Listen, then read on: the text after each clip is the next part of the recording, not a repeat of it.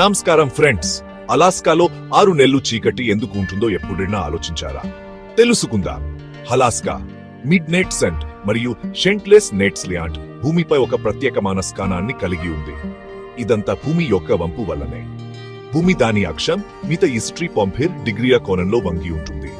ఈ వంపు కారణంగా భూమి యొక్క వివిధ ప్రాంతాలు చెటది పొడవునా వివిధ మొత్తంలో సూర్యకాంతిని పొందుతాయి.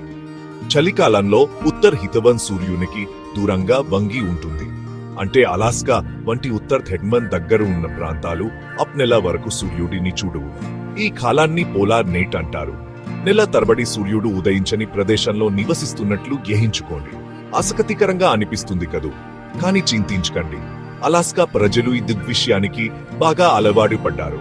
వారు కృత్రిమ లైటింగ్ ని ఉపయోగిస్తారు మరియు దాని ప్రకారం వారి కార్యకలాపాలను ప్లాన్ చేస్తారు. చీకటిగా ఉన్నప్పటికీ జీవితం సాగుతుంది మరియు వారికి నార్థర్న్ లైట్స్ లేదా అరోరా బొరియాలిస్ యొక్క అత్యుత్తమ దృశ్యాలు కనిపిస్తాయి. ఇది నిజంగా మాయాజాలం. ఇప్పుడు వేసవిలో ఏమి జరుగుతుంది? ఉత్తర్ దల్వన్ సూర్యుని వైపు వంగి ఉంటుంది. కాబట్టి అలాస్కా దాదాపు 3 నెలల పాటు నిరంతర పక్టి పూట అనుమతి చెందుతుంది. ఈ కాలాన్ని మిడ్ నైట్ సెన్ అంటారు.